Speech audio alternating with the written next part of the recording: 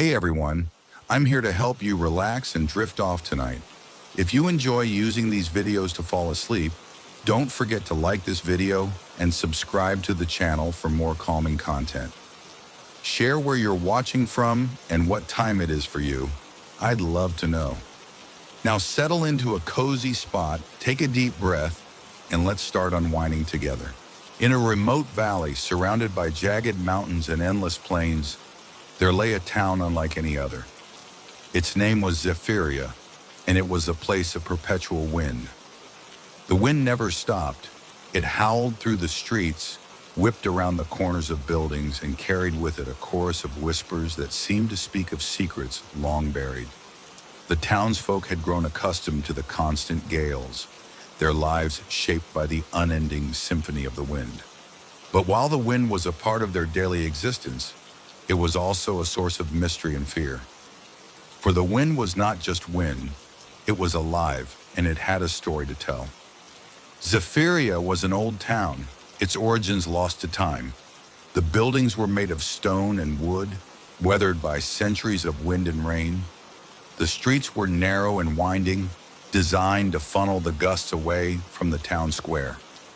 The people of Zephyria were hardy and resilient, their faces lined with the marks of a life lived in the shadow of the wind. They spoke of the wind as if it were a living thing, a force of nature that could be both friend and foe. Some believed it was a protector, a guardian spirit that watched over the town. Others thought it was a curse, a punishment for some long-forgotten sin, but no one could deny its power.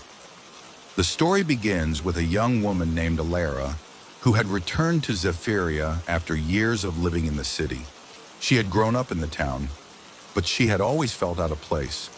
The wind had haunted her dreams, its whispers filling her mind with questions she couldn't answer. When her father passed away, leaving her the family home, Alara decided to return, hoping to find closure and perhaps uncover the truth about the wind. The moment she stepped off the train, the wind greeted her like an old friend. It tugged at her hair, whipped at her coat, and whispered in her ear. The sound was faint, almost imperceptible, but it was there, a voice, or perhaps many voices, speaking in a language she couldn't understand. Alara shivered, but she pressed on, her heart pounding with a mixture of fear and curiosity. The townsfolk welcomed her back with cautious smiles. They remembered her as the girl who had always asked too many questions, the one who had never been content with the simple explanations. They would say the wind is just the wind, they would say. But Alara had never believed that. She had always felt that there was something more, something hidden beneath the surface. Alara's family home was a small stone cottage on the edge of town. It was old and weathered, its windows rattling in the constant wind. As she stepped inside, she was struck by the familiarity of it all. The creak of the floorboards, the smell of dust and wood smoke, the sound of the wind howling through the cracks in the walls. It was as if time had stood still. She spent the first few days settling in, reacquainting herself with the town and its people. But the wind was always there, a constant presence that seemed to grow louder with each passing day.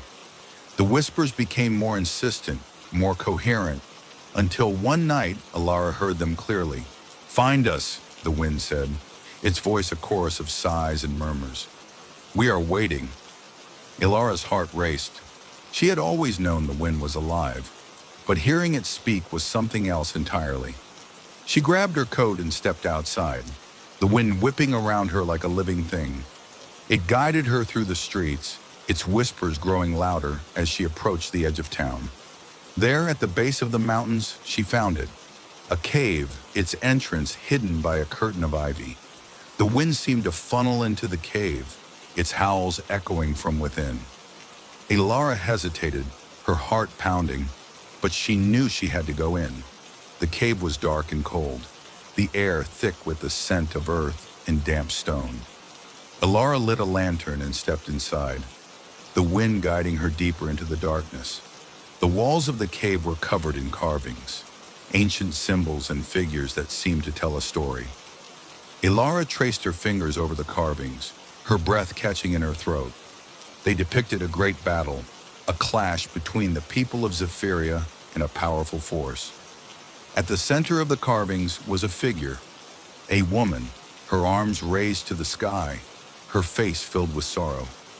As Alara ventured deeper, she began to hear the whispers again, louder now, more urgent. They led her to a chamber at the heart of the cave, where a stone altar stood.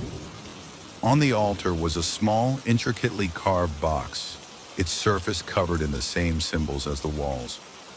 Alara approached it cautiously, her heart pounding. She opened the box and found inside a single feather, its surface shimmering with an otherworldly light. The moment she touched it, the wind erupted into a cacophony of sound, its whispers becoming a deafening roar. Images flashed before her eyes.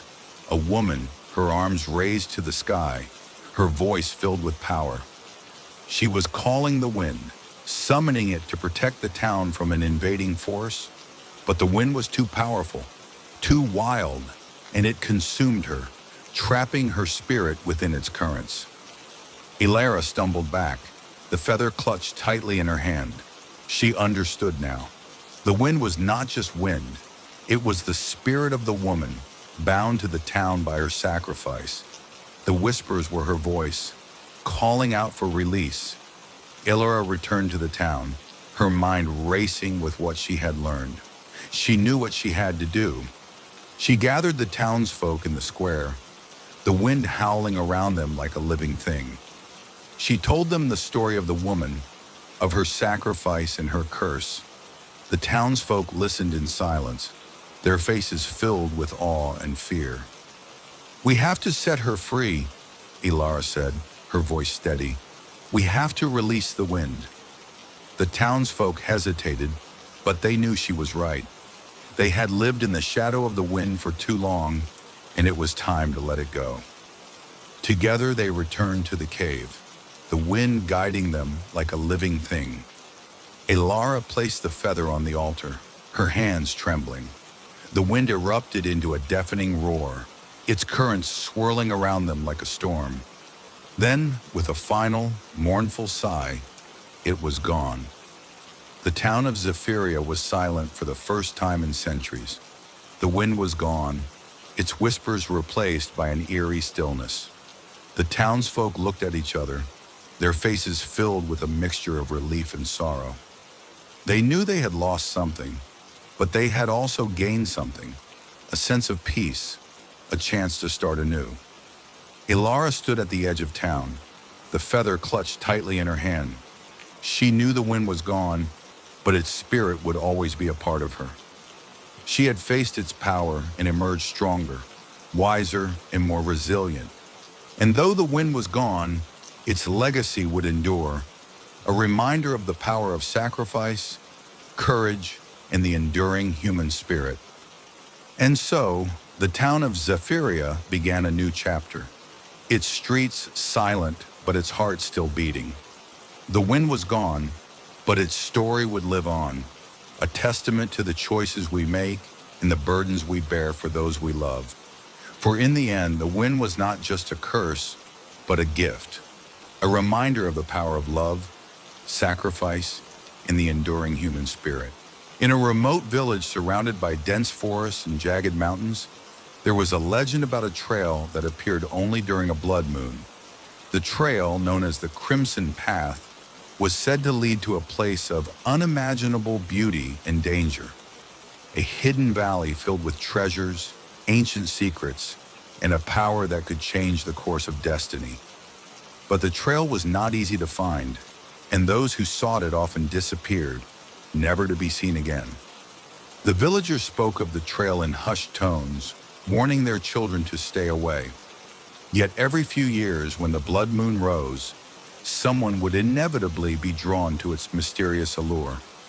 The blood moon itself was a rare phenomenon, occurring only once every few decades. Its crimson light bathed the land in an eerie glow, casting long shadows and transforming the familiar into the surreal. It was during this time that the Crimson Path would reveal itself, winding through the forest like a ribbon of fire. The trail was said to be alive, shifting and changing with each step, leading travelers deeper into the unknown. Some believed it was a test, a trial set by the gods to separate the worthy from the foolish. Others thought it was a trap, a lure designed to ensnare the curious and the desperate, but no one could deny its power. The story begins with a young woman named Lyra, who had grown up hearing tales of the Crimson Path. Her grandmother, a wise and enigmatic woman, had often spoken of it, her words painting vivid pictures of its beauty and danger. Lyra had always been fascinated by the trail, but she had never seen it. The last blood moon had occurred before she was born, and the next one was not due for many years. But when her younger brother, Kale, fell ill with a sickness that no healer could cure, Lyra's thoughts turned to the trail. She had heard stories of its treasures, of a flower that could heal any ailment, and she knew she had to try. One fateful night, as the moon began to turn a deep, bloody red, Lyra set out for the forest. The air was thick with the scent of pine and earth, and the trees seemed to whisper secrets as she passed. She carried with her a small satchel of supplies, a lantern, and a pendant that had belonged to her grandmother. The pendant was a simple thing, a silver disc engraved with a spiral, but it gave her comfort. It was a reminder of the stories, of the courage that had been passed down through generations. When Lyra reached the edge of the forest, she saw it, the Crimson Path. It glowed faintly in the moonlight, its surface shimmering like liquid fire. The trail wound through the trees, its path twisting and turning in ways that defied logic. Lyra took a deep breath, her heart pounding with a mixture of fear and excitement, and stepped onto the trail. The forest seemed to come alive as she walked. The trees swayed in a wind that didn't exist, their branches reaching out like skeletal fingers. The air grew colder, the scent of pine replaced by something darker, more primal. Lyra's lantern flickered, its light barely piercing the gloom. But she pressed on, her determination unwavering. As she ventured deeper, she began to notice strange things. The trail shifted beneath her feet, its path changing with each step. Landmarks she had noted earlier disappeared, replaced by unfamiliar terrain. It was as if the trail were alive, testing her resolve, leading her deeper into the unknown. Then she heard it, a soft, melodic humming that seemed to come from nowhere and everywhere at once. The sound was beautiful, yet unsettling, and it filled her with a sense of longing. She followed the sound, her footsteps guided by the trail, until she reached a clearing. In the center of the clearing stood a tree unlike any she had ever seen. Its trunk was twisted and gnarled, its branches reaching high into the sky. Its leaves were a deep, shimmering red, and they glowed faintly in the moonlight. Beneath the tree was a pool of water, its surface smooth as glass. Lyra approached the tree cautiously, her heart pounding. As she drew closer, she saw something nestled among its roots, a flower, its petals a brilliant, luminous blue. It was the flower she had been searching for, the one that could heal her brother. But as she reached out to pluck it, she heard a voice. "Are you sure you want to take it?" Lyra turned to see a figure standing behind her, a woman made of shadows and light, her eyes glowing with an otherworldly fire. She was the spirit of the trail, its guardian and guide. "I needed to save my brother," Lyra replied, her voice steady. The spirit studied her for a long moment, then nodded. "The flower is yours, but know this, the trail demands a price. To take the flower, you must leave something behind." Lyra hesitated. "What must I leave?" "A memory," the spirit said, "a part of yourself. Choose wisely." Lyra thought for a moment, then nodded. "Take my fear," she said, "the fear that has held me back, that has kept me from living fully." The spirit smiled, a gentle, knowing smile. "It is done." Lyra took the flower and made her way back along the trail, its path shifting one final time to guide her to the exit. When she emerged from the forest, She felt lighter, freer, as if a weight had been lifted from her shoulders. She returned to the village and used the flower to cure her brother, its magic working just as the stories had said. But the trail was not done with her. Though she had left it behind, its lessons stayed with her, shaping her in ways she could not have imagined. She had faced its challenges and emerged stronger, wiser, and more resilient.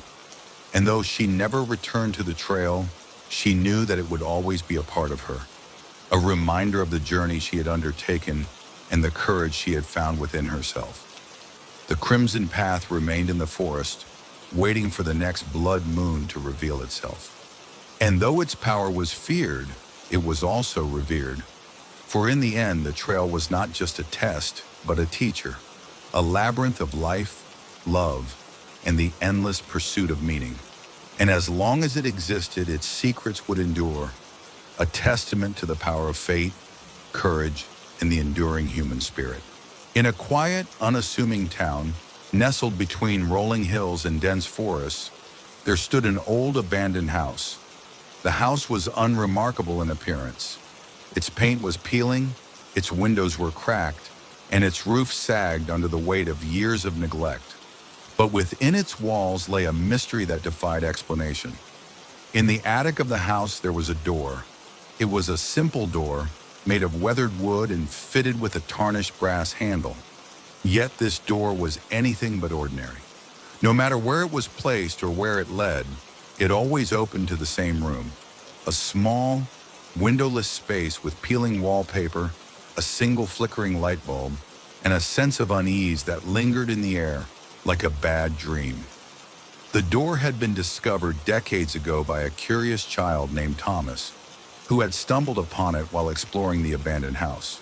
He had opened the door, expecting to find a closet or a storage room, but instead he found himself standing in the same room he had just left.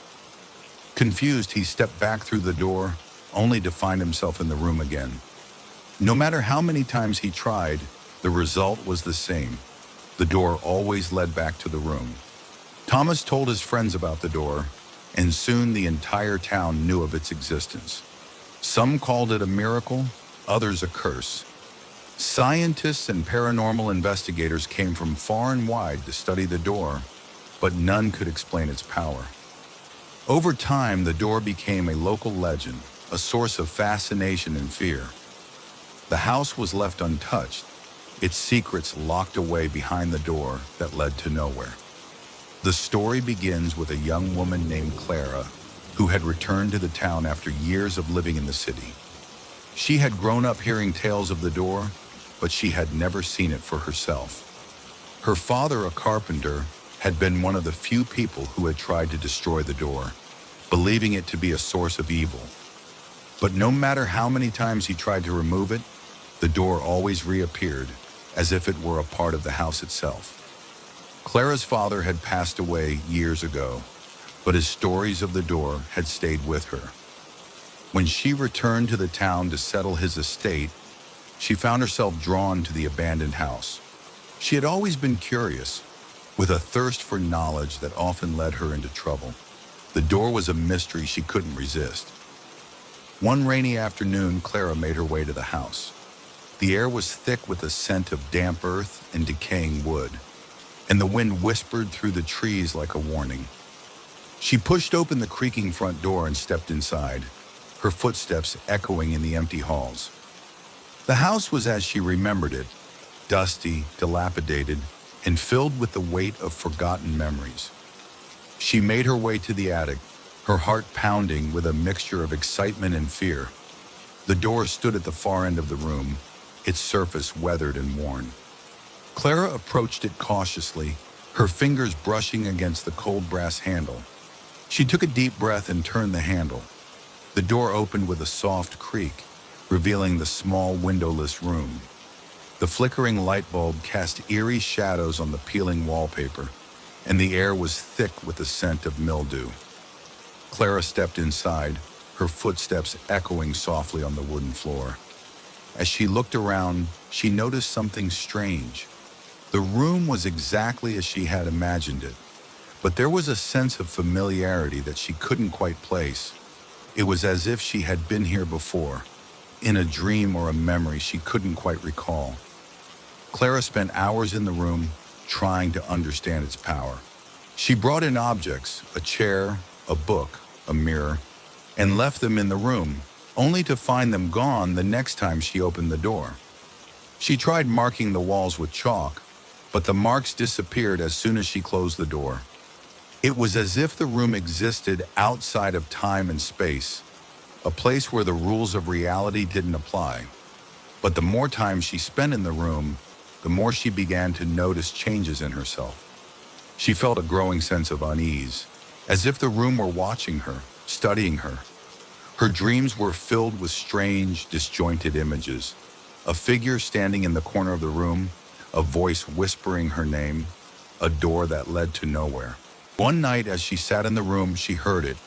The voice. It was soft and insidious, barely audible, but it sent a chill down her spine. "Why are you here?" it asked, its tone filled with a mixture of curiosity and malice. Clara's heart raced. "Who's there?" she demanded, her voice trembling. The voice didn't respond. Instead, the room began to change. The walls seemed to close in, the air growing colder and heavier. The flickering light bulb dimmed, casting the room in shadow. Clara felt a sharp pain in her chest, as if something were reaching into her, pulling at her thoughts and memories. She stumbled back, her hands trembling, and reached for the door. But when she opened it, she found herself in the room again. The door led nowhere. Desperate to escape, Clara began to search the room for answers. She examined every inch of the walls, the floor, the ceiling, but found nothing. The room was empty save for the flickering light bulb and the sense of unease that lingered in the air. Then she noticed something, a small, almost imperceptible crack in the floorboards. She knelt down and pried the boards apart, revealing a hidden compartment. Inside was a journal, its pages yellowed with age and filled with handwritten notes. The journal belonged to Thomas, the boy who had first discovered the door. He had spent years studying the room, trying to understand its power. His notes were filled with observations, theories, and warnings. "The room is alive," he had written. "It feeds on fear, on memories, on the pieces of ourselves we leave behind. To escape, you must confront it. You must face what lies within." Clara's heart sank. She knew what she had to do. She sat in the center of the room, the journal clutched tightly in her hands. She closed her eyes and focused on her breathing, trying to calm her racing heart. The room seemed to pulse around her, its walls closing in, its air growing colder. The voice returned, louder now, more insistent. "Why are you here?" it demanded, its tone filled with malice. Clara took a deep breath. "I'm here to face you," she replied, her voice steady. "I'm here to take back what's mine." The room erupted in a cacophony of sound, voices screaming, walls shaking, the light bulb flickering wildly. Clara felt a sharp pain in her chest, as if something were tearing her apart, but she held her ground, her resolve unwavering. Then, as suddenly as it had begun, the chaos stopped. The room was silent, the air still and heavy. Clara opened her eyes and found herself standing in the attic.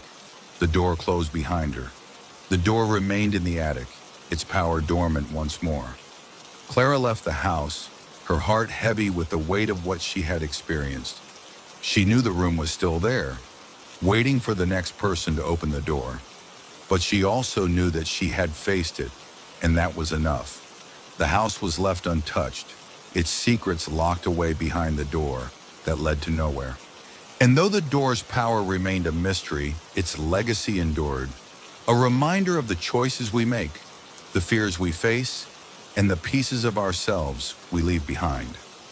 For in the end, the door was not just a curse, but a testament to the enduring power of the human spirit and the courage it takes to confront the unknown. At the edge of a small windswept coastal town, there stood a pier that had long been abandoned. Known as Blackwater Pier, it was a place of eerie beauty and haunting mystery. The wooden planks were warped and splintered, the pilings crusted with barnacles and seaweed. The pier stretched out into the sea like a skeletal hand, its end lost in the fog that perpetually hung over the water. But what made Blackwater Pier truly infamous were the shadows. Shadows that moved on their own, shadows that whispered, shadows that seemed to carry the weight of countless lost souls. These were the shadows of sailors who had never returned from the sea, their spirits bound to the pier by some unseen force. The townsfolk avoided the pier, speaking of it only in hushed tones, but its legend drew the curious and the brave from far and wide. The story of Blackwater Pier was as old as the town itself. It was said that the pier had been built by a wealthy merchant who had made his fortune through treacherous dealings. His ships had sailed the seas, carrying goods and secrets, but they had also carried curses. One by one, the ships had vanished, lost to storms, monsters, or some other unseen force. The merchant, driven mad by guilt and grief, had built the pier as a monument to his lost sailors. But the pier had become something more, a gateway, a prison, a place where the line between the living and the dead blurred. The story begins with a young man named Finn, who had come to the town seeking answers. He was a writer, drawn to the mysteries of the sea and the stories of those who had been lost to it. When he heard of Blackwater Pier, he knew he had to see it for himself. The townsfolk warned him to stay away, their faces pale with fear, but Finn was undeterred. He had always been fascinated by the unknown, and the pier was the ultimate mystery. One foggy evening, Finn made his way to the pier. The air was thick with the scent of salt and decay, and the wind carried with it the faint sound of whispers. The pier loomed before him, its silhouette stark against the gray sky. He stepped onto the wooden planks, his footsteps echoing in the silence. The fog closed in around him, muffling the sound of the waves and the cries of the gulls. As he ventured further out onto the pier, he began to notice the shadows. They moved at the edge of his vision, shifting and writhing like living things. At first he thought it was a trick of the light, but the shadows grew more distinct, more solid. They took on shapes, figures of men, their faces twisted in agony, their eyes hollow and empty. They were the shadows of the lost sailors, their spirits bound to the pier. Finn's heart raced, but he pressed on, his curiosity overpowering his fear. The whispers grew louder, more insistent, until he could make out words. "Help us," they said, their voices a chorus of sighs and murmurs. "Set us free." Finn stopped, his breath coming in ragged gasps. "Who are you?" he asked, his voice trembling. The shadows converged, forming a single figure. A man, his face weathered by the sea, his eyes filled with sorrow. "We are the lost," he said, his voice low and gravelly. "Bound to this place by the curse of the merchant. He built this pier to honor us, but it became our prison. We cannot rest until the curse is broken." Finn's heart ached for the lost sailors, but he knew he had to be careful. "How can I help you?" he asked. The figure pointed to the end of the pier, where a small, weathered chest sat. "The key to our freedom lies within," he said. "But beware. The curse will try to stop you." Finn made his way to the end of the pier, the shadows swirling around him like a storm. The chest was old and battered, its surface covered in barnacles and seaweed. He knelt down and opened it, his hands trembling. Inside was a single object, a compass, its surface tarnished and cracked. The moment he touched the compass, the pier erupted in chaos. The shadows converged, their whispers becoming a deafening roar. The wind howled, the waves crashed against the pilings, and the fog closed in, thick and impenetrable. Finn felt a sharp pain in his chest, as if something were reaching into him, pulling at his thoughts and memories. But he held on to the compass, his resolve unwavering. He knew what he had to do. He stood and raised the compass to the sky, its needle spinning wildly. I release you, he said, his voice steady. You are free. The shadows erupted into a cacophony of sound, their forms dissolving into the fog. The wind died down, the waves grew still, and the fog lifted, revealing a clear, starry sky. The pier was silent, the shadows gone. Finn returned to the town, the compass clutched tightly in his hand. The townsfolk gathered around him, their faces filled with awe and gratitude. They knew the curse had been broken, the lost sailors set free. But Finn knew the pier would always be a place of mystery, a reminder of the power of the sea and the spirits that dwelled within it. He had faced its shadows and emerged stronger, wiser, and more resilient. And though the pier was silent, its legacy would endure, a testament to the power of courage, sacrifice, and the enduring human spirit. And so, Blackwater Pier remained, its wooden planks weathered, but its heart still beating. The shadows were gone, but their story would live on, a reminder of the choices we make and the burdens we bear for those we love. For in the end, the pier was not just a curse, but a gift, a reminder of the power of love, sacrifice, and the enduring human spirit. In a quiet, forgotten village nestled between rolling hills and dense forests, there existed a legend about a violin unlike any other. Its wood was dark and polished, its strings shimmering like strands of silver. But what made the violin truly extraordinary was its sound, a haunting, melancholic melody that seemed to echo with the sorrow of 1,000 souls. And when played, the violin would weep tears of blood, its crimson droplets staining the wood and the hands of the musician. The violin was both a marvel and a curse, a relic of a time when music held the power to summon spirits and unlock the deepest emotions of the human heart. The violin, known as the Crimson Weeper, had been passed down through generations, its origins shrouded in mystery. Some said it had been crafted by a master luthier who had sold his soul to the devil in exchange for unparalleled skill. Others believed it was a gift from the Fae, a token of their love for mortal music. But all agreed that the violin was not to be trifled with. Its music could heal, inspire, and enchant, but it could also destroy, corrupt, and consume. Those who played it often found themselves changed, their souls marked by the violin's sorrow. The story begins with a young musician named Eerie, who had come to the village seeking inspiration. She was a prodigy, her talent unmatched, but she had grown restless in the city, her music feeling hollow and lifeless. When she heard of the Crimson Weeper, she knew she had to see it for herself. The villagers warned her to stay away, their faces pale with fear, but Aria was undeterred. She had always been drawn to the unknown, and the violin was the ultimate mystery. One stormy evening, Aria made her way to the village. The air was thick with the scent of rain and earth, and the wind carried with it the faint sound of whispers. The village was small and quiet, its streets lined with cobblestones and its houses weathered with age.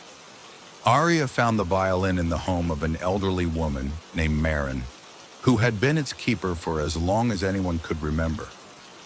Marin greeted Aria with a mixture of curiosity and caution. "You've come for the violin," she said, her voice low and gravelly. Aria nodded, her heart pounding. "I need to see it. I need to play it." Marin studied her for a long moment, then sighed. "The violin is not what you think. It doesn't just make music, it consumes it. Once you play it, there's no going back. Are you prepared to face that?" Aria hesitated, then nodded. "I have to know." Marin led her to a small, dimly lit room in the back of the house. The violin sat on a pedestal, its surface gleaming in the flickering light of a single candle. Aria approached it cautiously, her fingers brushing against the smooth wood.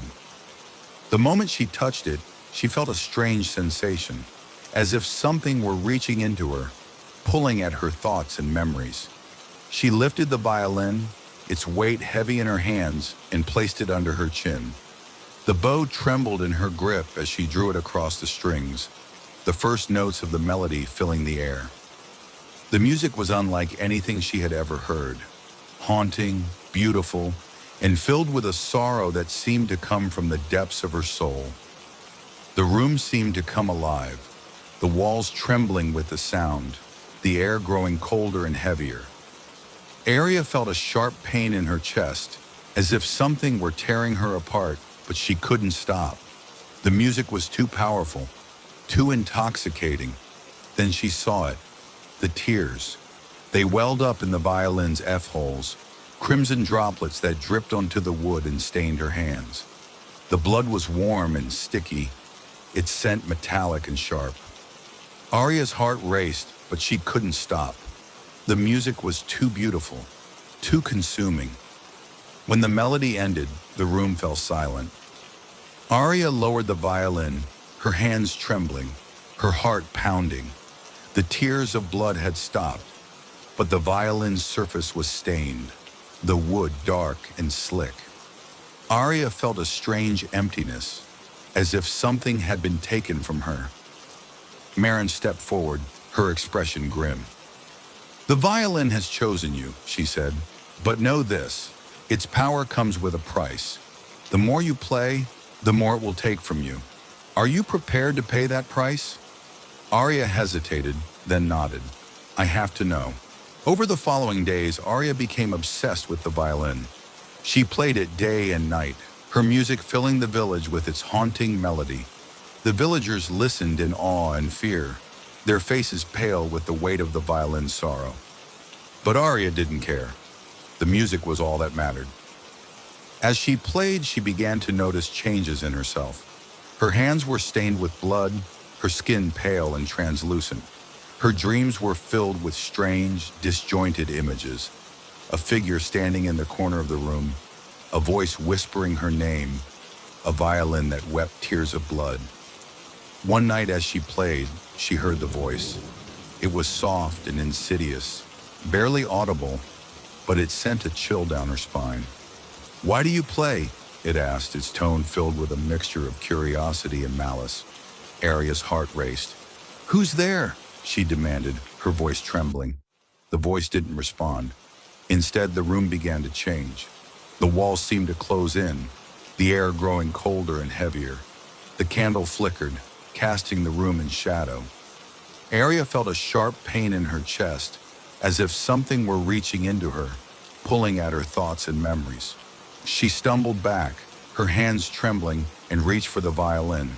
But when she touched it, the room erupted in chaos. The walls shook, the air filled with the sound of screams, and the violin wept tears of blood, its crimson droplets staining the floor. Desperate to escape, Aria began to search the room for answers. She examined every inch of the walls, the floor, the ceiling, but found nothing. The room was empty, save for the violin and the sense of unease that lingered in the air. Then she noticed something, a small, almost imperceptible crack in the floorboards. She knelt down and pried the boards apart, revealing a hidden compartment. Inside was a journal, its pages yellowed with age and filled with handwritten notes. The journal belonged to the violin's previous owner, a musician who had been driven mad by its power. His notes were filled with observations, theories, and warnings. "The violin is alive," he had written. "It feeds on sorrow, on memories, on the pieces of ourselves we leave behind. To escape, you must confront it. You must face what lies within." Aria's heart sank. She knew what she had to do. She sat in the center of the room, the journal clutched tightly in her hands. She closed her eyes and focused on her breathing, trying to calm her racing heart. The room seemed to pulse around her, its walls closing in, its air growing colder. The voice returned, louder now, more insistent. "Why do you play?" it demanded, its tone filled with malice. Aria took a deep breath. "I play because I must," she replied, her voice steady. "I play because the music is a part of me."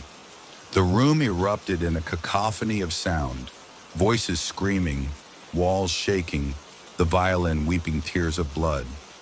Arya felt a sharp pain in her chest, as if something were tearing her apart. But she held her ground, her resolve unwavering. Then, as suddenly as it had begun, the chaos stopped. The room was silent, the air still and heavy. Arya opened her eyes and found herself standing in the center of the room, the violin in her hands. Its surface was clean, the blood gone, and its strings shimmered like strands of silver. The violin remained in the village, its power dormant once more. Arya left the village, her heart heavy with the weight of what she had experienced. She knew the violin was still there, waiting for the next musician to play it. But she also knew that she had faced it, and that was enough. The village was left untouched, its secrets locked away behind the violin's haunting melody.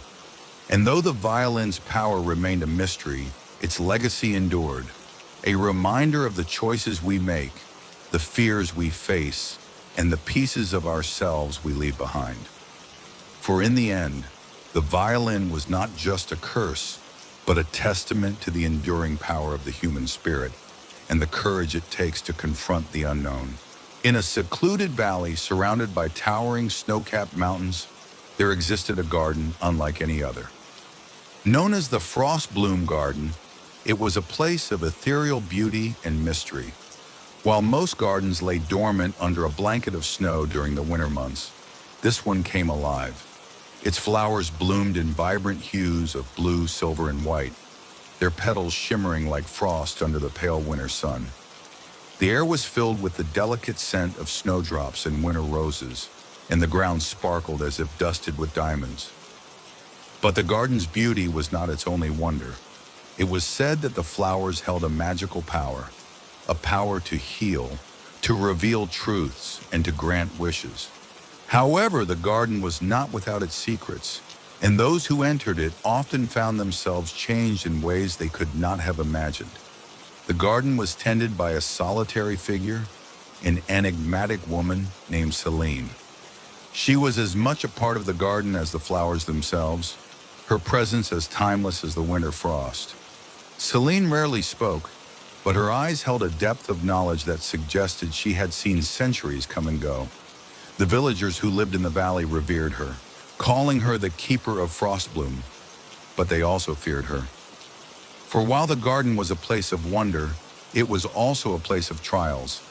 Those who entered seeking its magic often found that the garden demanded a price, a piece of their soul, a memory, or a promise.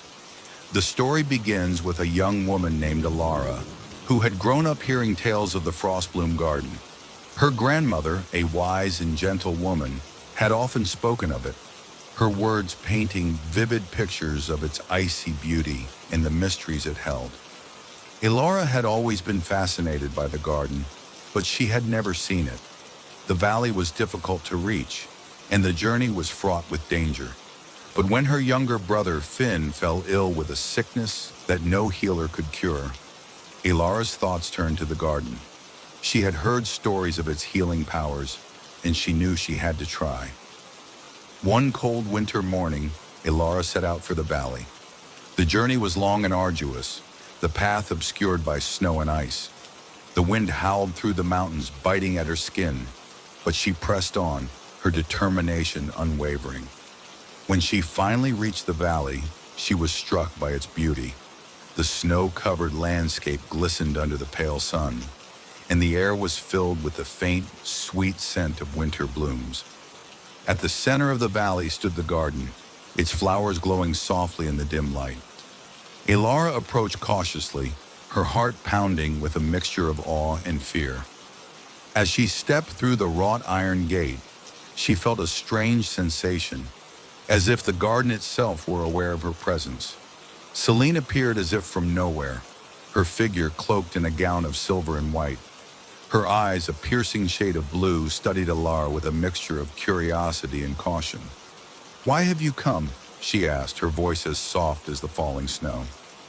"My brother is dying," Alara replied, her voice trembling. "I've heard that your garden can heal. Please, I'll do anything to save him."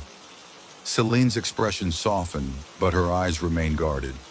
The garden's power is not given freely. To receive its gift, you must give something in return. Are you prepared to pay the price? Elara hesitated, then nodded. I'll do whatever it takes. Celine led Elara deeper into the garden, the flowers parting as if to make way for them. The air grew colder.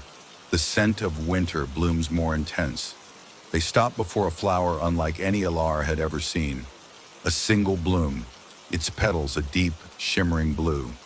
It pulsed faintly as if alive, and Elara felt a strange pull, as if the flower were calling to her. This is the frost bloom, Celine said. It holds the power to heal, but it also reveals truths. To use it, you must face what lies within your heart. Are you ready? Elara took a deep breath, her heart pounding. I'm ready. She reached out and touched the flower, its petals cold against her skin. The moment she made contact, the world around her dissolved, replaced by a swirling void of light and shadow.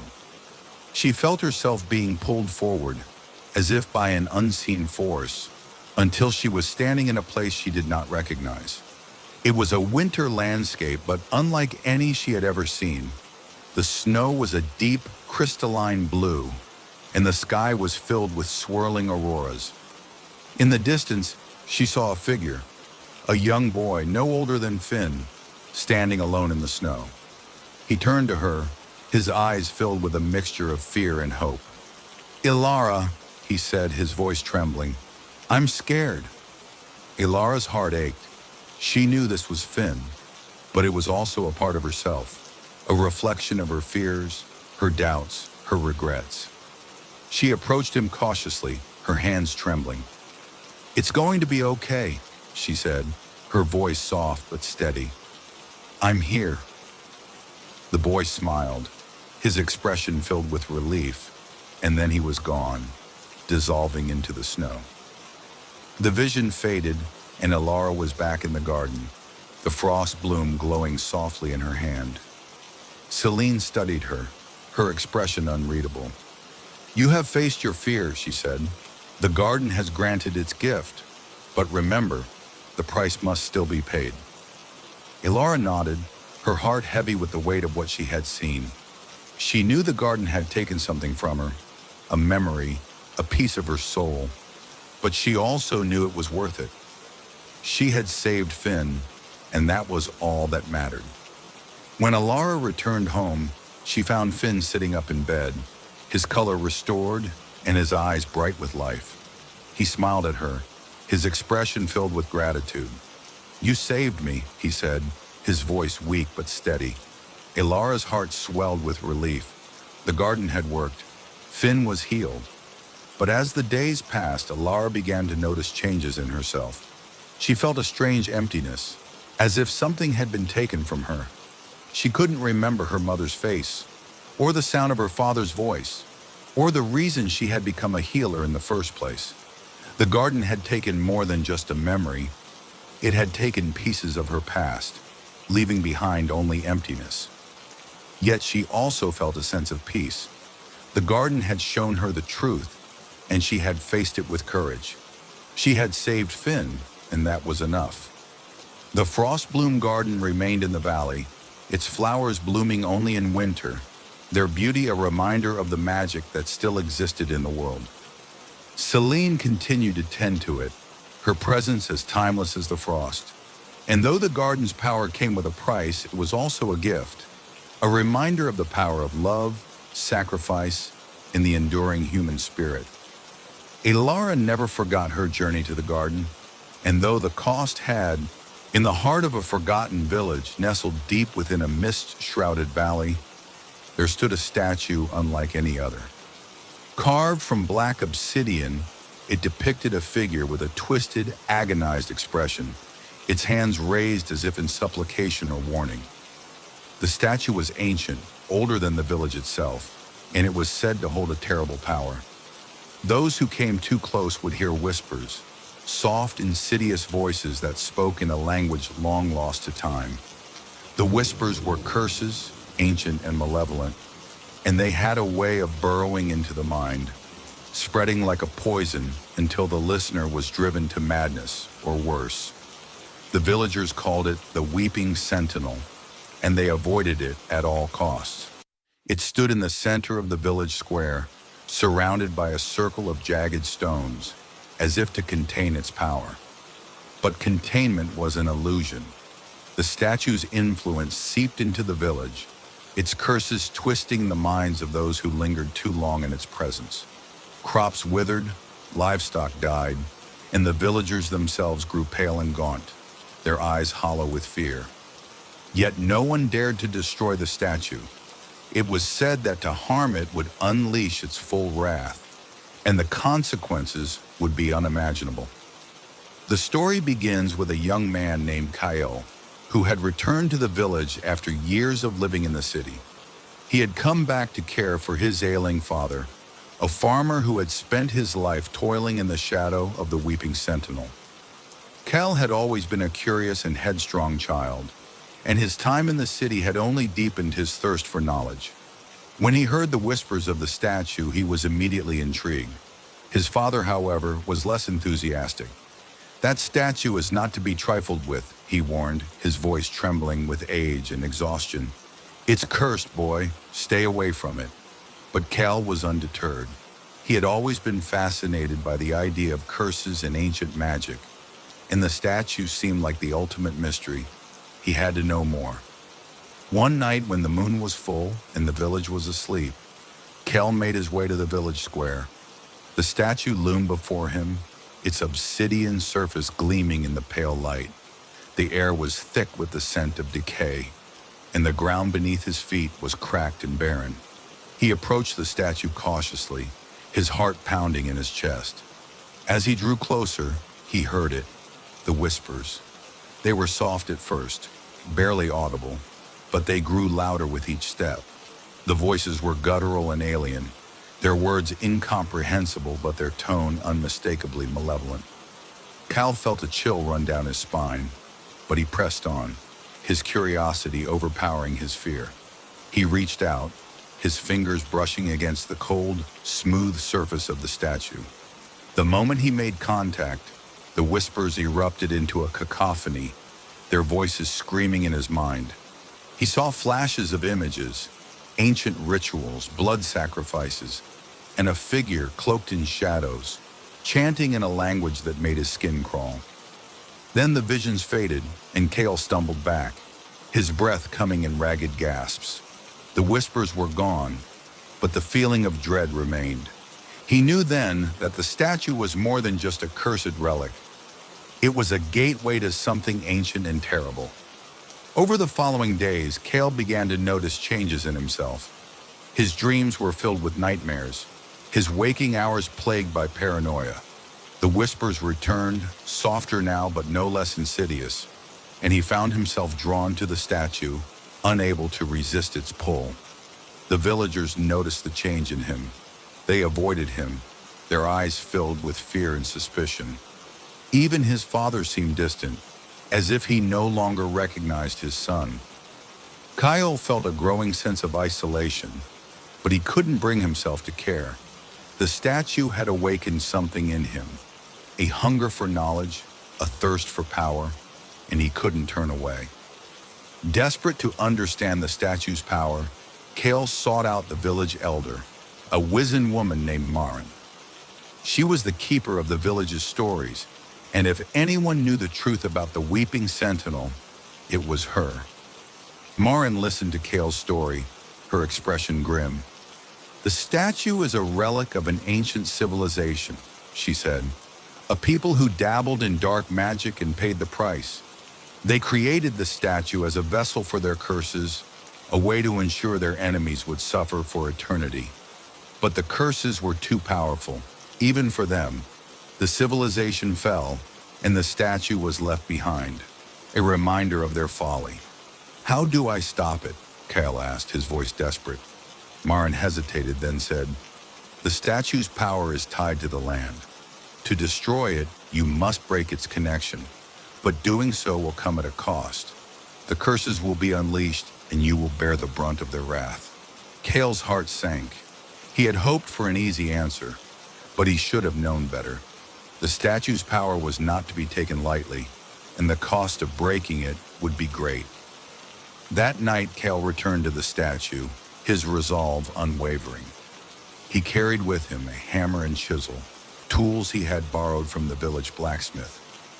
The whispers grew louder as he approached, their voices screaming in his mind, but he pushed through the pain, his determination overpowering his fear. He placed the chisel against the base of the statue and raised the hammer. The moment he struck, the ground beneath him shook, and the air was filled with a deafening roar. The statue's surface cracked, and a dark, oily substance began to seep from the fissures. The whispers erupted into a cacophony, their voices screaming in his mind, and Cal felt a sharp pain in his chest, as if something were tearing him apart. But he didn't stop. He struck again and again, each blow weakening the statue's connection to the land. The cracks spread, and the dark substance flowed freely, pooling at his feet. The whispers grew louder, more desperate, until they reached a fever pitch. Then, with a final blow, the statue shattered. The silence that followed was deafening. The whispers were gone, the air still and heavy.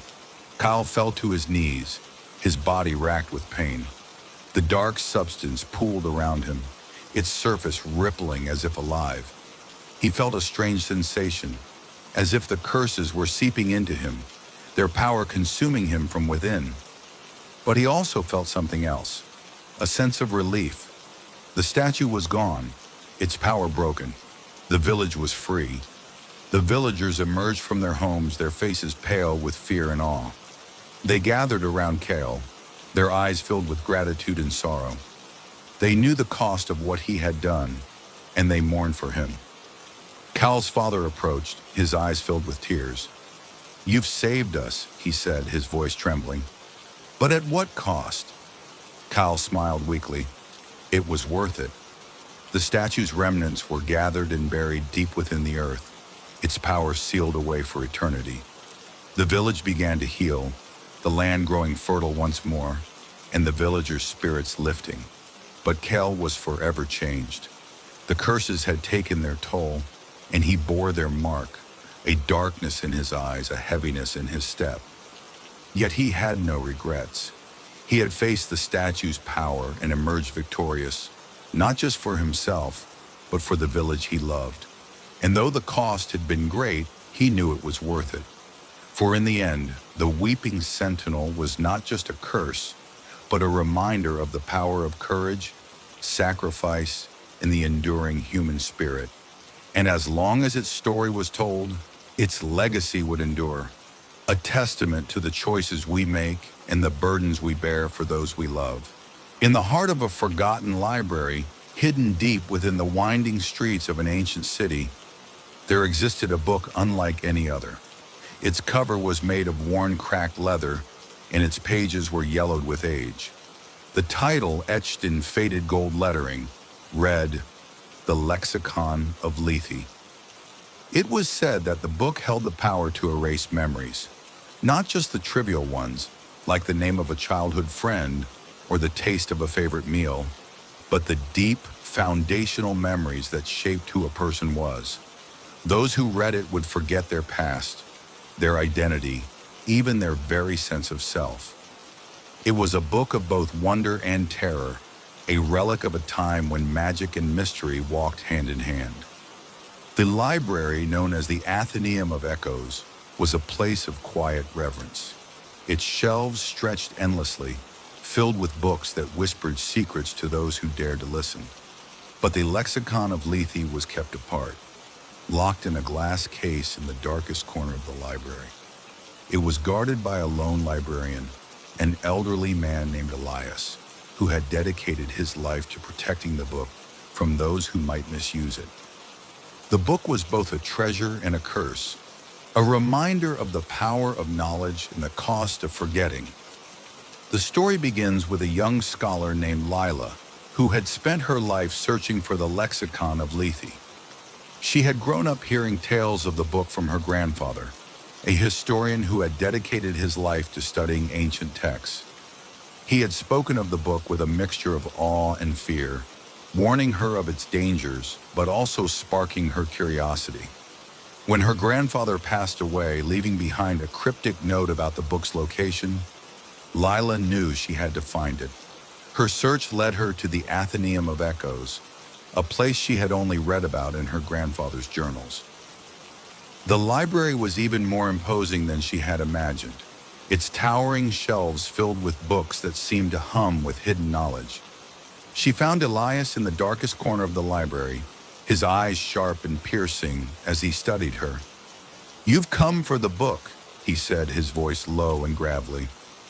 Lila nodded, her heart pounding. "I need to see it. My grandfather, he spent his life searching for it. I have to know why." Elias studied her for a long moment, then sighed. "The book is not what you think. It doesn't just erase memories, it consumes them. Once you read it, there's no going back. Are you prepared to face that?" Lila hesitated, then nodded. "I have to know." Elias led her to the glass case, its surface covered in a thin layer of dust.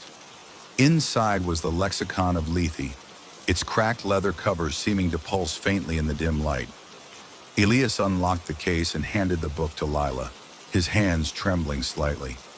"Be careful," he warned. "The book chooses what to take. You may not like what it leaves behind." Lila opened the book, its pages crackling softly as she turned them. The text was written in a language she didn't recognize, its symbols swirling and shifting as if alive. As she read, she felt a strange sensation, as if something were pulling at the edges of her mind. Images began to flash before her eyes, memories but not her own. She saw a man, his face twisted in agony, tearing at his hair as he screamed into the void. She saw a woman, her eyes hollow, clutching a child who faded into mist in her arms. She saw a boy, no older than 10, standing alone in a field of ash, his face blank and empty. Then the memories shifted and she saw herself. But it was not the self she knew. This version of her was older, her face lined with sorrow, her eyes filled with a darkness that made her stomach churn. She watched as this other Lila raised a knife, her hands trembling, and plunged it into the chest of a man she did not recognize.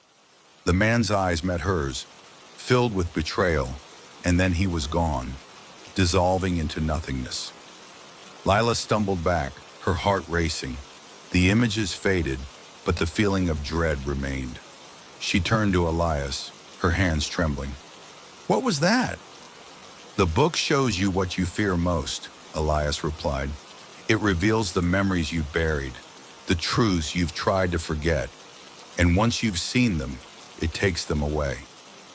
Lila's heart sank. She had come seeking answers, but the book had only given her more questions, and now she felt a strange emptiness, as if something had been taken from her.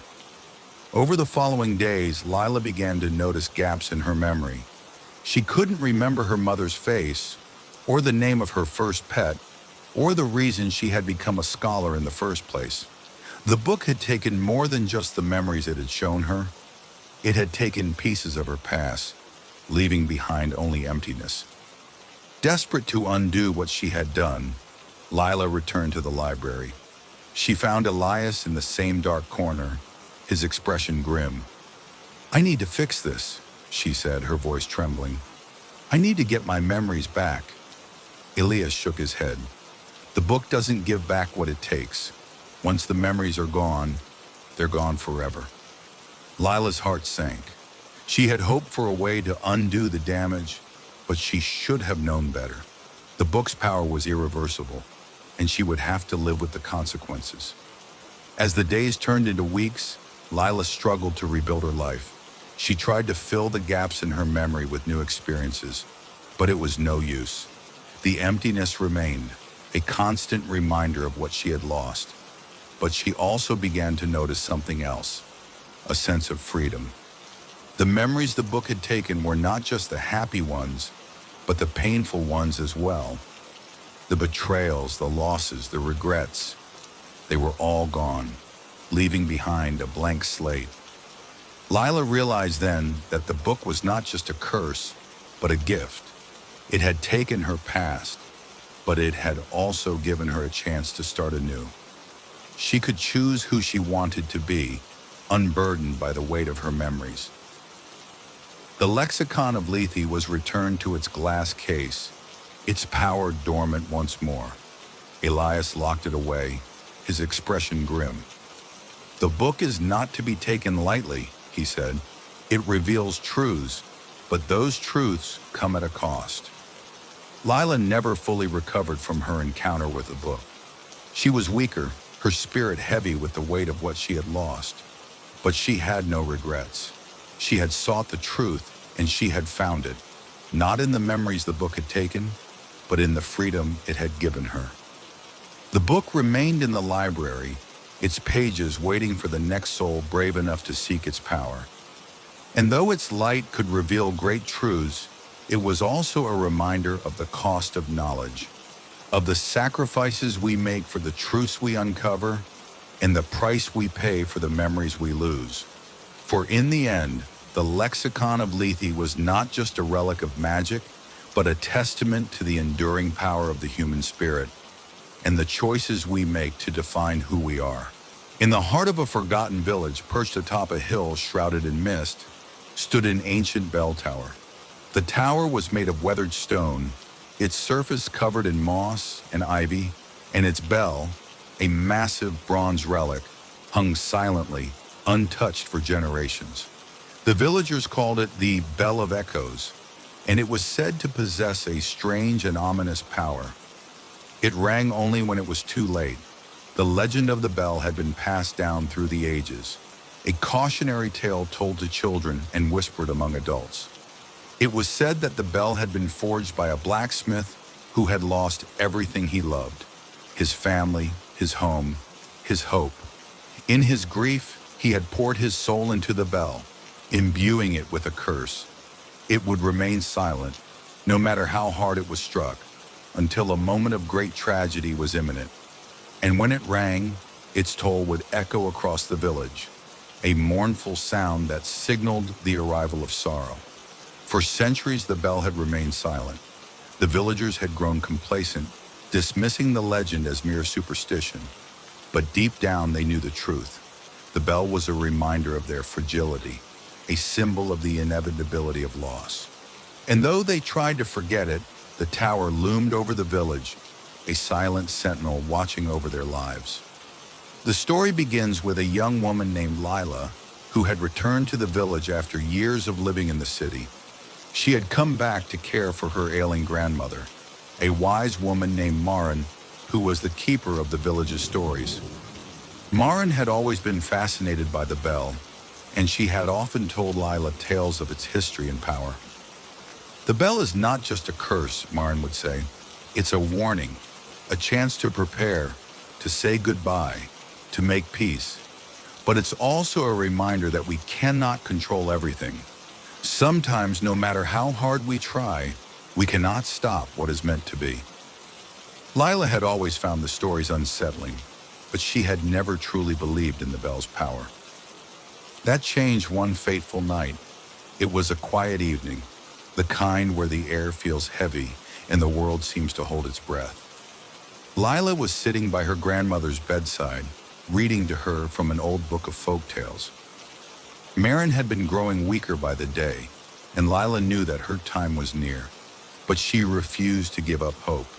She had spent weeks searching for a cure, consulting healers and herbalists, but nothing had worked.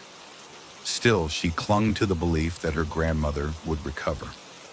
As the hours passed, the wind began to pick up, rattling the windows and howling through the trees. Lila glanced outside, her heart skipping a beat. The bell tower was visible from the window, its silhouette stark against the moonlit sky. For a moment, she thought she saw a flicker of light coming from the tower, but she dismissed it as a trick of the shadows. Then it happened. A deep, resonant toll echoed through the village, its sound so powerful that it seemed to shake the very ground. Lila froze, her blood turning to ice. The bell. It was ringing. She rushed to the window, her eyes fixed on the tower. The bell was swinging back and forth, its movements slow and deliberate. Each toll sent a wave of dread through her, and she knew, with a certainty that chilled her to the bone, that something terrible was about to happen.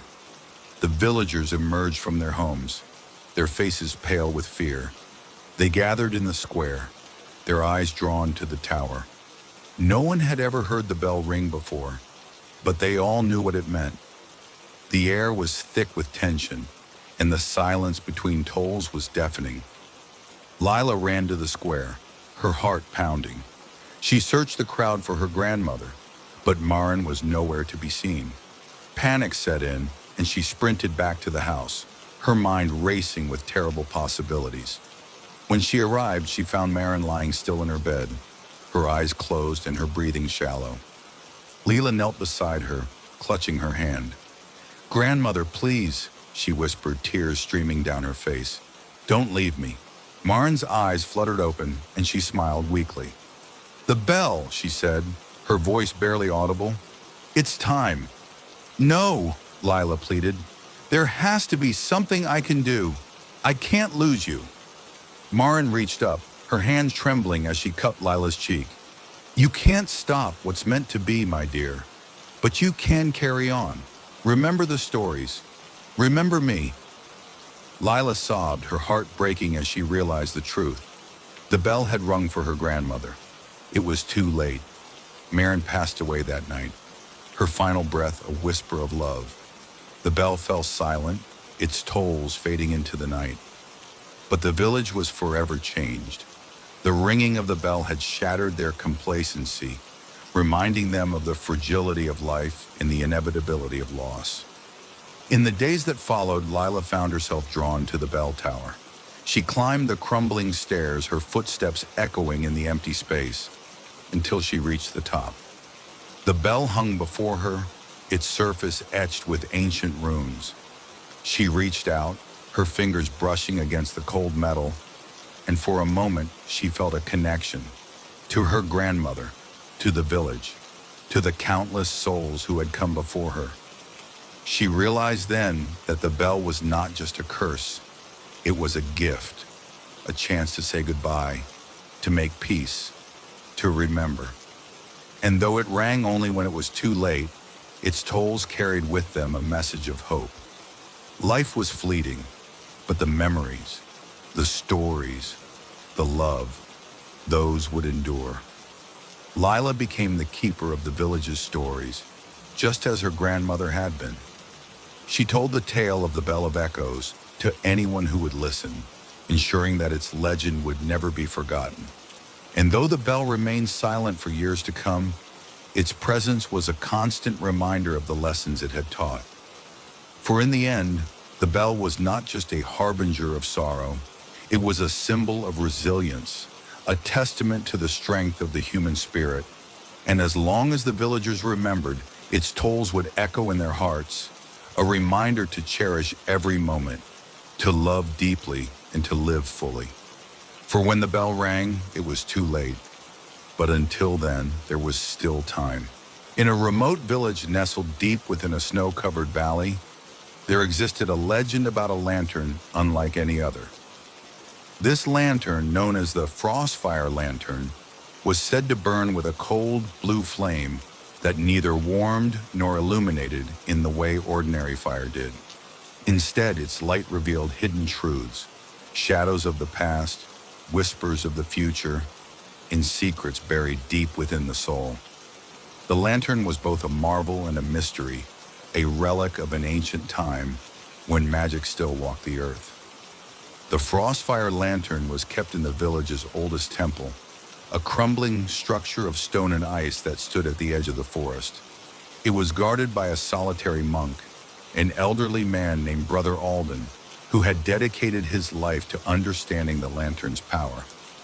The villagers revered the lantern, but they also feared it. For while its light could reveal great truths, it could also expose terrible secrets, secrets that some would rather keep buried.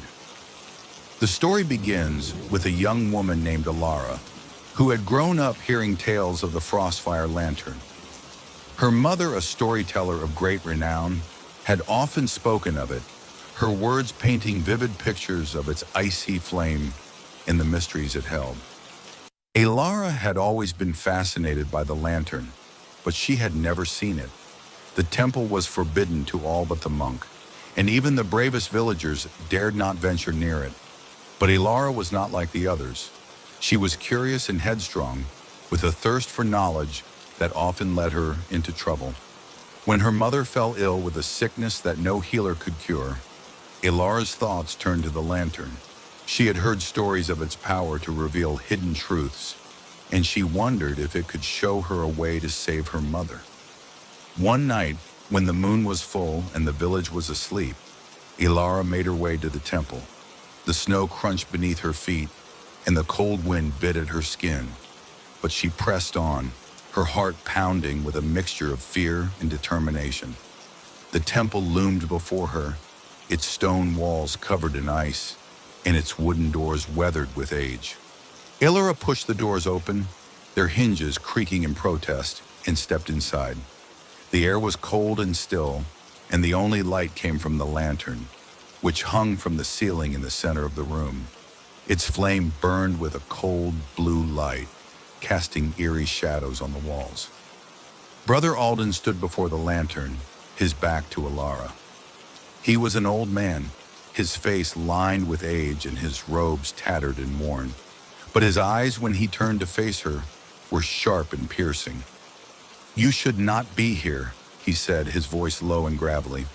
"I need your help," Alara replied, her voice trembling. "My mother is dying, and I don't know what to do. I thought the lantern might show me a way to save her." Brother Alden studied her for a long moment, then sighed. "The lantern's power is not to be taken lightly. It reveals truths, but those truths can be dangerous. Are you prepared to face what it might show you?" Alara hesitated, then nodded. "I have to try." Brother Alden led her to the lantern, its cold flame flickering softly. He handed her a small silver key. "This will unlock the lantern's power, but remember, once you look into its light, there is no turning back." Alara took the key, her hands trembling, and inserted it into the base of the lantern. The flame flared, its blue light growing brighter and colder. She felt a strange sensation, as if the light were reaching into her, pulling at her thoughts and memories. Then the visions began. She saw her mother lying in bed, her face pale and her breathing shallow. But she also saw something else, a shadowy figure standing at the foot of the bed, its form shifting and indistinct. The figure reached out, its hand hovering over her mother's chest, and Alara felt a chill run down her spine. The vision shifted, and she saw herself, older and wearier, standing in a snow-covered field. The lantern was in her hands, its flame burning brightly, but the light seemed to be consuming her. Her skin was pale and translucent, and her eyes were filled with a mixture of sorrow and determination. Then the vision faded, and Alara was back in the temple, the lantern's flame flickering softly. She turned to Brother Alden, her heart racing. "What does it mean?" "The lantern shows what is, what was, and what may be," he replied. "The figure you saw is a spirit drawn to your mother's sickness. It feeds on her life force, and unless it is stopped, she will die." "How do I stop it?" Alara asked, her voice desperate. Brother Alden hesitated, then said, "The lantern's flame can banish the spirit, but it will come at a cost. The flame is tied to your life force. To use it, you must give a part of yourself." Alara's heart sank. She had hoped for an easy answer, but she should have known better. The lantern's power came with a price, and she would have to pay it. Alara returned home, the lantern clutched tightly in her hands. Her mother's condition had worsened, and her breathing was shallow and labored. Alara placed the lantern at the foot of the bed, its cold flame casting an eerie light over the room. She took a deep breath, her heart pounding, and reached out to the flame. As her fingers brushed against it, she felt a sharp pain, as if the cold were seeping into her very soul. The flame flared, its light growing brighter and colder, and the shadowy figure appeared once more. The spirit turned to her, its form shifting and writhing, and let out a low, guttural growl. Elara stood her ground, her hands trembling, but her resolve unwavering. "Leave her," she said, her voice steady. "You can't have her." The spirit lunged at her, its form dissolving into a cloud of darkness.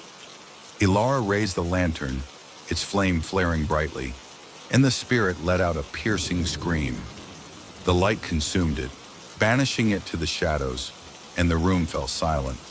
But the cost was great. Elara felt a deep, aching cold spread through her body, and her vision blurred. She collapsed to the floor, the lantern slipping from her hands, and everything went dark. When Elara awoke, she was lying in bed, her mother sitting beside her. The lantern was gone, its flame extinguished, and the room was filled with the warm light of the morning sun. "You saved me," her mother said, her voice filled with gratitude and sorrow. "But at what cost?" Elara tried to sit up, but her body felt weak and heavy. She looked at her hands, her skin pale and translucent, and knew that the lantern had taken something from her, a part of her life force, her vitality. She had saved her mother, but she had paid a price she could never reclaim. The Frostfire lantern was returned to the temple, its flame dormant once more. Brother Alden placed it back in its place, his expression grim. "The lantern's power is not to be taken lightly," he said, his voice low. "It reveals truths, but those truths come at a cost." Elara never fully recovered from her encounter with the lantern. She was weaker, her body frail, and her spirit heavy with the weight of what she had done. But she had no regrets. She had saved her mother, and that was enough. The lantern remained in the temple, its cold flame waiting for the next soul brave enough to seek its power. And though its light could reveal great truths, it was also a reminder of the cost of knowledge, of the sacrifices we make for those we love, and the price we pay for the secrets we uncover. For in the end, the Frostfire lantern was not just a relic of magic, but a testament to the enduring power of love, courage, and the human spirit. In the heart of a crumbling, ivy-covered mansion on the edge of a sleepy town, there lived a ghost named Arya. She was no ordinary ghost. While most spirits were bound to places or objects, Arya was bound to music, specifically to songs that had been forgotten by the world. Her existence was a melody without a listener, a verse without a voice, a haunting refrain that echoed through the empty halls of the mansion. She was the ghost of forgotten songs, and her story was as tragic as it was beautiful. Arya had once been a singer, her voice renowned throughout the land. She had performed in grand theaters and humble taverns alike, her songs weaving tales of love, loss, and longing. But her fame had come at a cost. She had poured her soul into her music, and when her voice faded and her songs were no longer sung, she had faded too. Yet she could not move on. Her spirit lingered, tethered to the melodies that had defined her life. The mansion, once a vibrant hub of music and laughter, had fallen into disrepair. Its grand piano was covered in dust, its strings rusted and broken. The sheet music that had once filled its halls had yellowed with age, the notes fading into obscurity. But Arya remained, her presence felt in the faint strains of music that drifted through the air on quiet nights. The townsfolk whispered of her, calling her the songbird ghost, and few dared to venture near the mansion. One day a young musician named Elias arrived in the town. He was a wanderer, carrying nothing but his violin and a heart full of dreams. He had heard the legends of the songbird ghost and was determined to uncover the truth. Music was his life, and the idea of forgotten songs resonated deeply with him. He believed that every melody, no matter how old or obscure, deserved to be heard. Elias approached the mansion with a mix of trepidation and excitement. The air was thick with the scent of damp earth and decaying wood, and the silence was almost oppressive. But as he stepped inside, he heard it, a faint, haunting melody that seemed to come from nowhere and everywhere at once. It was a song he had never heard before, yet it felt familiar, as if it had been waiting for him all along. He followed the music through the labyrinthine halls, his violin clutched tightly in his hand. The melody grew louder, more intricate, until he found himself in a grand ballroom. The room was bathed in the soft glow of moonlight, and in the center stood a figure, a woman, her form translucent and shimmering like mist. She was singing, her voice a blend of sorrow and beauty that brought tears to Elias's eyes. When the song ended, the ghost turned to him, her eyes filled with a mixture of curiosity and longing. "Who are you?" she asked, her voice echoing like a distant memory. "I'm Elia," he replied, his voice trembling. "I'm a musician.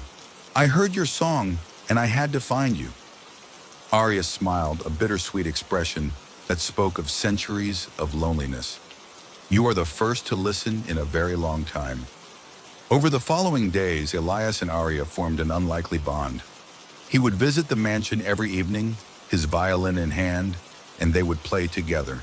Arya's voice, though ethereal, was as powerful as ever, and Elias's violin added a new dimension to her songs. Together, they brought the forgotten melodies to life, filling the mansion with music once more. But as their friendship deepened, Elias began to notice something strange. The more they played, the more Arya's form seemed to solidify. Her voice grew stronger, her presence more tangible. It was as if the music was restoring her, piece by piece. Yet there was a sadness in her eyes that Elias couldn't ignore. One night as they sat by the grand piano, Arya finally shared her story. She told him of her life as a singer, of the songs she had written and the love she had lost. She spoke of the moment she realized her music was fading into obscurity, and how her spirit had become trapped in the mansion, bound to the forgotten songs. "I thought I would be here forever," she said, her voice barely above a whisper. "But now with you, I feel like I might finally be free." Elias's heart ached for her. "What can I do to help you?" Arya looked at him, her eyes filled with a mixture of hope and sorrow. "You must play my songs, not just here, but out in the world. Let them be heard again, and perhaps my spirit can find peace." Elias vowed to fulfill her wish. He spent weeks transcribing Arya's songs, his fingers aching as he worked tirelessly to capture every note, every lyric. When he was finally ready, he left the mansion and began to perform her music in the town square, in taverns and at festivals. The songs, once forgotten, began to spread like wildfire. People were captivated by their beauty, and soon Arya's melodies were on everyone's lips. As the songs gained popularity, Elias noticed a change in the mansion. The air grew lighter, the shadows less oppressive, and one night when he returned to the ballroom, Arya was gone. But her presence lingered in the music, in the notes that now filled the world. Elias knew that Arya had found her peace. Her songs, once forgotten, had been given new life, and with them, her spirit had been set free. But he also knew that her legacy would live on, not just in the music, but in the hearts of those who heard it. Years passed and Elias became a renowned musician, known for his hauntingly beautiful melodies. But he never forgot Arya. He would often return to the mansion, now a place of pilgrimage for musicians and music lovers alike. And though Arya was no longer there, her songs echoed through its halls, a reminder of the ghost who had haunted forgotten songs, and the musician who had given them new life. And so the legend of the songbird ghost lived on, not as a tale of sorrow, but as a testament to the power of music and the enduring spirit of those who create it. For in the end, Arya had not just been a ghost, she had been a melody, a verse, a refrain that would never be forgotten.